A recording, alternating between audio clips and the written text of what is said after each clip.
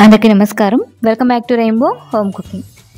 ఈరోజు మీ అందరికీ చూపించిపోయే special recipe Andhra style పీతల పులుసుని సింపుల్గా చేసి చూపించిపోతున్నాను. నా ఛానల్లో ఇంతకుముందు కూడా పీతల పులుసు చేసి పెట్టాను. అది గోదావరి స్టైల్ అండి. ఆ టేస్ట్ కూడా చాలా బాగుంటుంది. లింక్ నేను డిస్క్రిప్షన్లో పెడతాను, చూడండి.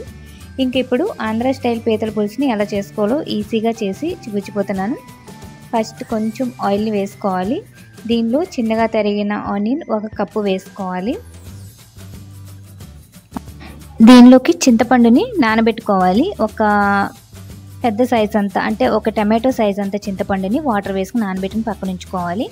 ఆనియన్ ఇలా కొంచెం ఫ్రై అయిన తర్వాత దీనిలో వంకాయ ముక్కలు, ఇంకా టమాటో, ఇంకా పచ్చిమిర్చిని వేసుకుని ఫ్రై చేసుకోవాలి. పీతల పులుసులో వంకాయ యాడ్ చేస్తే టేస్ట్ చాలా బాగుంటుంది. ఇలా మెత్తగా ఫ్రై అయిన తర్వాత అల్లం వెల్లుల్లి పేస్ట్ వేసుకుని 1 నిమిషం ఫ్రై చేసుకోవాలి.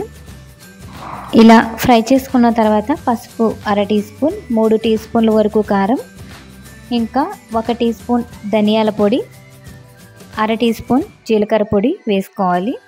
దీనిలో గరం మసాలా అవసరం లేదండి. ఇలా ఈ పౌడర్స్ అన్నీ వేసుకున్న తర్వాత ఇలా 2 నిమిషాలు కలుపుకుంటూ ఫ్రై చేసుకోవాలి. ఈ విధంగా ఫ్రై చేసుకున్న తర్వాత పీతల్ని వేసుకుని మళ్ళీ మరొక 5 నిమిషాల వరకు కలుపుకుంటూ ఫ్రై చేసుకోవాలి. ఈ విధంగా ఫ్రై చేసుకున్న తర్వాత దీనిలో ముందుగా నానబెట్టుకున్న చింతపండు వాటర్ని వేసేసుకుని కొంచెం పీతలు మునిగేంత వరకు కొంచెం వాటర్ వేసుకోవాలి.